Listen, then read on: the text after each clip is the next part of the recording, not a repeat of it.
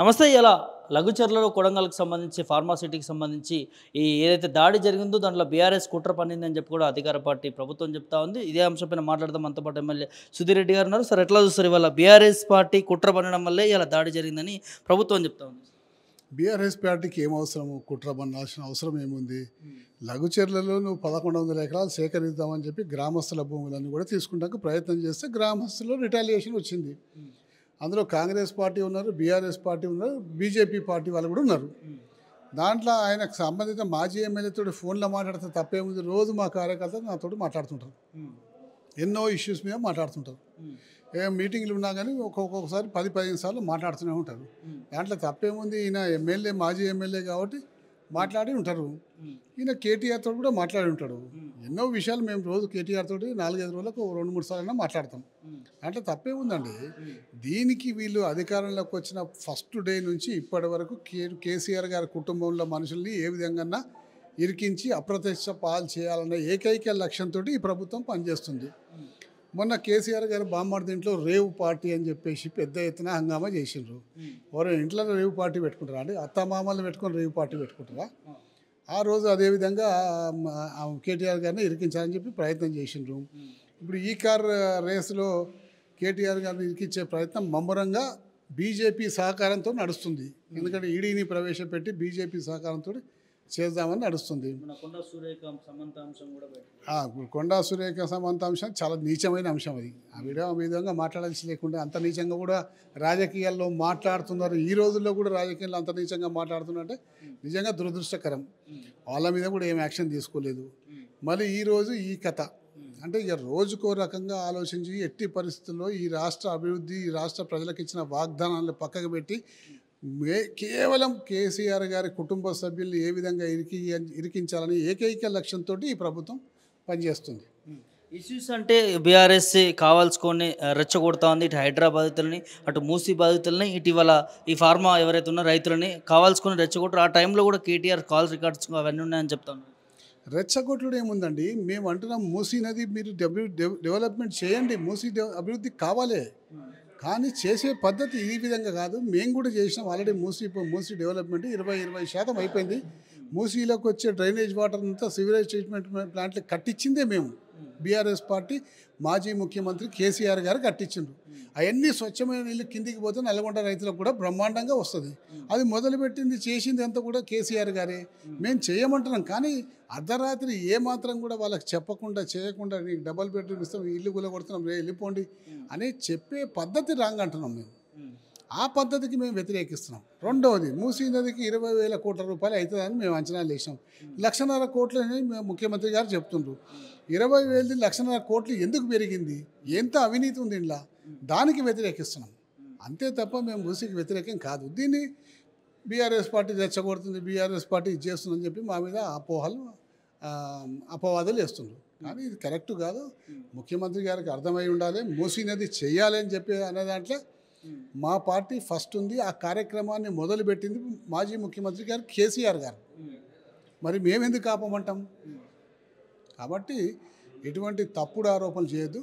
ముఖ్యంగా మూసీ నదిని చేయాల్సే ప్రక్రియల అంటే ముఖ్యమంత్రి గారు ఏ స్థాయికి వెళ్ళిపోయిందంటే అసలు నల్గొండ రైతులు రెచ్చగొడుతున్నారు. అంటే హైదరాబాద్ వాళ్ళు ఆపుతున్నారు, వీళ్ళు బీఆర్ఎస్ పార్టీ ఆపుతుంది.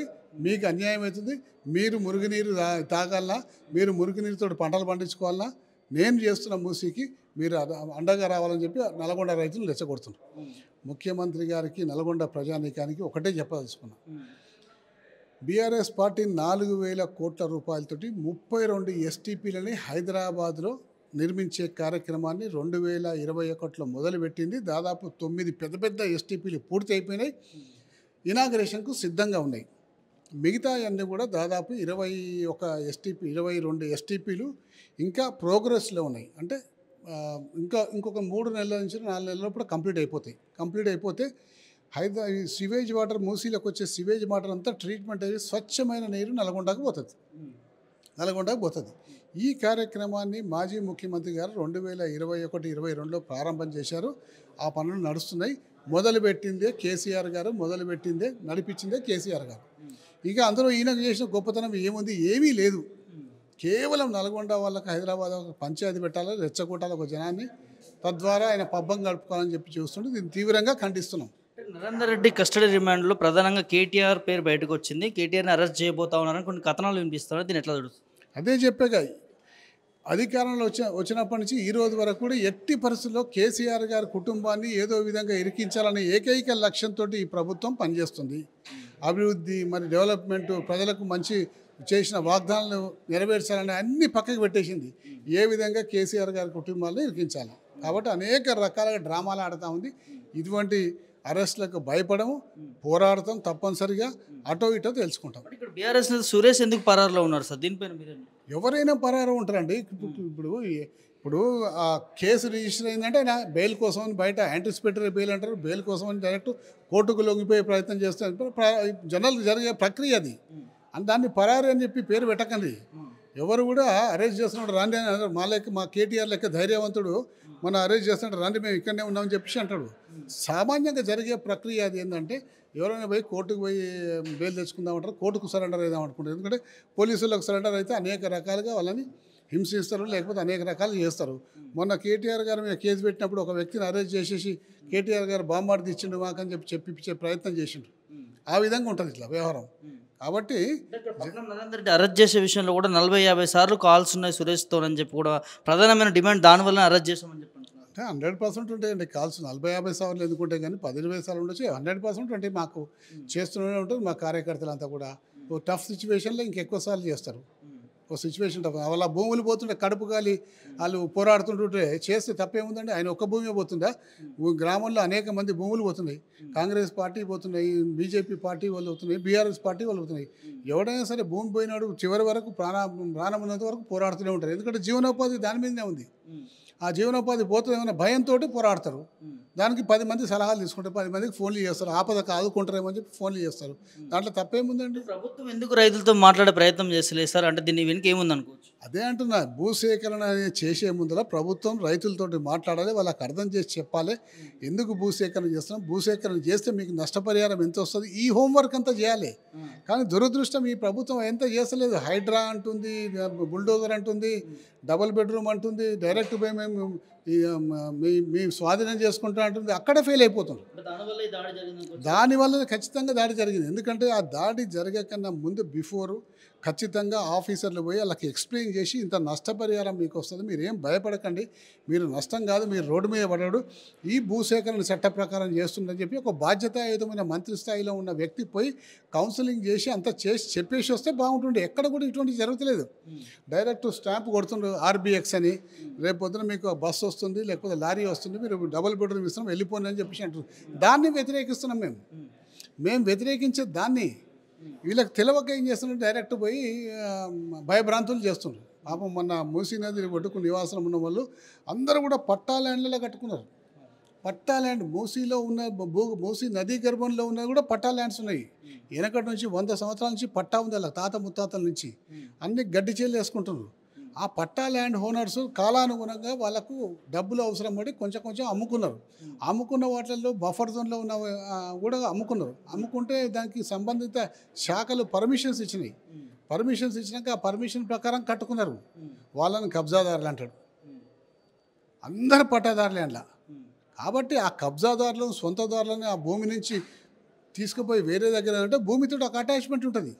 తాత ముత్తాతలు అక్కడ వ్యవసాయం చేసుకుంటారు, దాని మీద బతికిండ్రు. కాలానుగుణంగా అన్నదమ్ములు పంచుకున్నారు.